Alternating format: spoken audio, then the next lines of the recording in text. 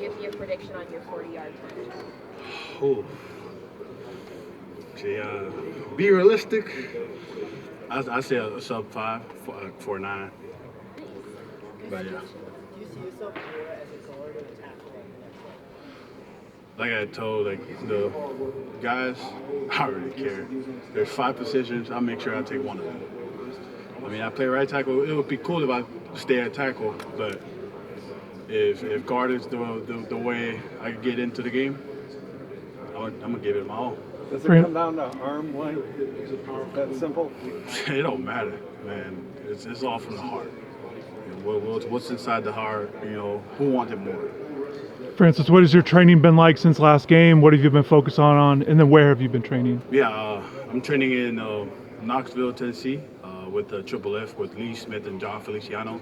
They've done a great job honing into the skills that I need in form of, you know, to get faster, stronger, everything. I mean, I told him overall I want to be the best. So that's what we were focused on. A lot of online stuff, a lot of knowing the playbook, like NFL playbook and all that type of stuff. What has your relationship been like with Feliciano over the years? Is he a guy you've been talking to over the years? Yeah. My first time meeting John was, I think it was 2 years ago. I was over there in Miami, but he came back for a camp, Legends camp. That's when I finally got to meet him, and I mean, funny guy. What makes Cristobal such a good offensive lineman? The type of coach he is. He's a type of old school type of coach. You know, it's all down to nit and gritty. You know, everything like that, and that's the way I grew up back on the island.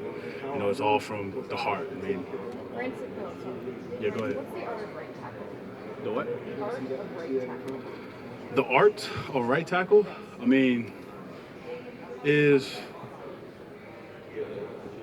shoot. The art of right tackle is just, you know, being able to put in your 111. I mean, you got 5 people, and to be a right tackle, I mean, you have your own responsibility, and make sure that you get your responsibilities done. Whether that's, you know, blocking or helping out your teammates. But the first thing is, as to be an offensive lineman, you got to know how to communicate. That's the main thing about being an offensive lineman, communication. Francis, have you met with the Kansas City Chiefs here this week? Yes, sir. How did that meeting go, and what would it be like to block for Patrick Mahomes at KC? Oh, that would be awesome, man. I've been watching Pat Mahomes since 4 years ago? And it's awesome. I mean, seeing what he does and how he operates as a quarterback, it gives O-line a leverage. And I mean, I'm good to block. I mean, I block for Cam Ward, and he runs around the pocket for 10 seconds. And it didn't bother me, but if he makes plays, I'm all for it. Francis, just reading about your journey, like, what has your family meant to you in the fact that, you know, they moved when you picked a school, and what has that support meant for you, and how's that going to carry over? Yeah, so my parents have missed a lot when I was in high school, but when I got to college, thankfully to NIL, I was able to retire them. Me and my brother were able to retire them and have them move to Miami to be able to be there for our games. And seeing them in the stands, I mean, it just gives an extra motivation, and to see them support us and be there for us, it wears down the anxiety. Francis, you came to Miami and started as a true freshman and then played all 42 games there. What do you credit that to, and how do you expect to take that to the next level? Man, I give credits to my parents, man. They sacrificed a lot for me to be at where I was. I mean, sending me all the way to IMG Academy at a very early age. I didn't even know no English, but they took a chance on me to go by myself, and you know, to be able to that gave me the opportunity to grow. Is to be in a discomfort zone and just grow. And all because of that, I was able to do things that, you know, a lot of people don't want to do. And it was all because they sent me out there for a reason, and I'm making sure that I'm not letting them down. Francis, have you met with the Dolphins? And if so, how much would you appreciate if they kept you in Miami? I mean, that was awesome. That would be awesome, man. Miami is home. Miami's second home. Miami has been there. I mean, with all the Cuban food and all the tradition, it's awesome, man. It'll be nice to be able to stay home and play with a couple of my teammates from back home, Jonas Nile, and also Tua Tagovailoa. Did you meet with the Browns? Yes, sir. How did that go? It went awesome. I was meeting up with I think it was the OC, and we went over some plays and it kind of give me some teaching points, and it was awesome. It was nice. Can you tell us more about your connection with Tua and Jonah? Yeah, so I mean, we're all poly, we're all Samoans, and we kind of connect by that. Samoan is very little, but so the people stay together. We were raised on a quote that it takes a village to raise a kid. And for Tua Tagovailoa, I met him last year. I think it was last year or 2 years ago. Is when I met him, and it was actually funny because I was doing an assignment, and there was to interview like people like off campus. I was like, let me hit up Tua, find a way to communicate with him, and thankfully that happened. And I mean, he's an awesome guy. What's that feeling like when you pancake block a defender or block them completely out of the play? It's the greatest feeling. It's awesome, man. And to be able to do that, it means it gives you the art that all the hard work has paid off. It's for that moment, and there's no other feeling like it. What's been your early impressions of some of the young cats on Miami's O-line, specifically SJ and Jackson Cantwell? Man, they're one of the hardest workers. I remember when SJ came in for a recruit, I was his host. Coach knows not to put me on host, but when I got him, the first question I asked him is, "Hey man, if you want to go out, you can go out with the other guys. I'm not the party type, but I gotta work out at 7. So if you want to go out, I can like put you on with the other guys." He was like, "I'm easy going." I was like, "All right, bet." We went to the sand pit. It was me and a couple other old linemen, and it was him, and he was working out. We was working out. We was grinding, and when he got to Miami, man, he's elevated the game tremendously. When you look at the NFL, who would you say is some of the best offensive linemen, and have you met with the Bengals? Some of the best offensive linemen, there's a lot now. I mean, we have Trent, Penny, there's the right tackle for Buffalo Bills, Deion Dawkins, everybody. And yeah, of course, I met with the Bengals.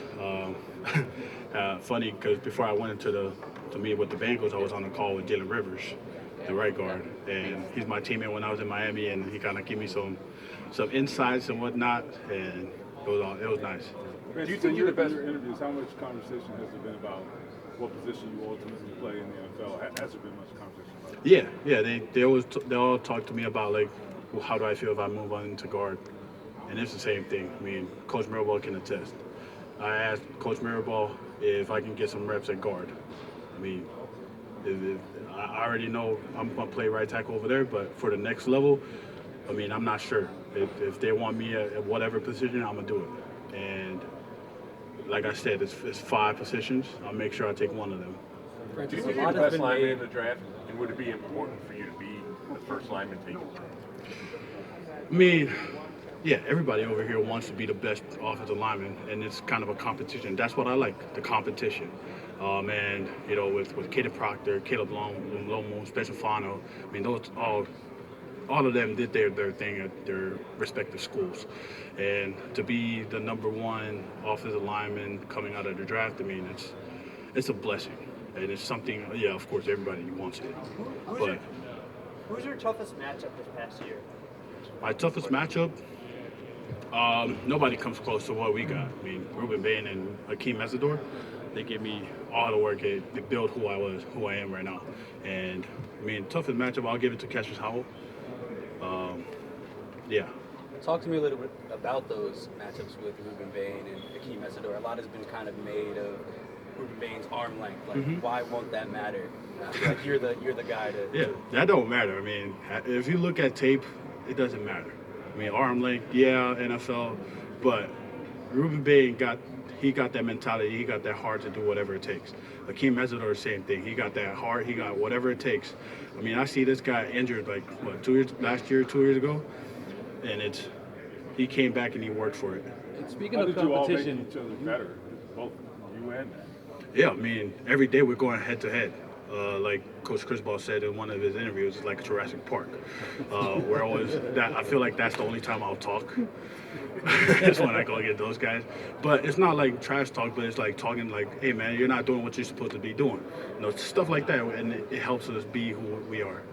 How would you look back on Cam Ward as a teammate? Just kind of what stands out about the year you played with him? Man, he takes the lead, man. Cam Ward is that. It's just him. I remember the first practice. I think he didn't know quite some of the plays, but when we got to the huddle, he got a play call from the OC in his headset, and I just remember him looking at the play call, like, no, you run this route, 5-man protection, go. Next thing we know, it's a touchdown. I was like, oh, shoot, all right, bet, we're doing that. Francis, I asked you about the Dolphins. Did you meet with them, and if so, how did it go? Yeah, I met with the Dolphins, and it went well. It went very, they know what type of football that we play down in Miami, of course, and it was good. How would you evaluate yourself in the outside zone specifically? The what? In the outside zone. Talking about like scheme? Yeah. How would you evaluate outside zone yourself? blocking? Yeah, right. Outside zone. I mean, I know they run that a lot, and we do that quite often with the Miami Hurricanes as well. I mean, it's outside blocking is just turn and take whoever. I mean, know your landmark, know what you got. Always go by knowing what, how, and why. Knowing what you got, how you gonna do it, and why you do it. And that's just how Coach Mauigoa taught me.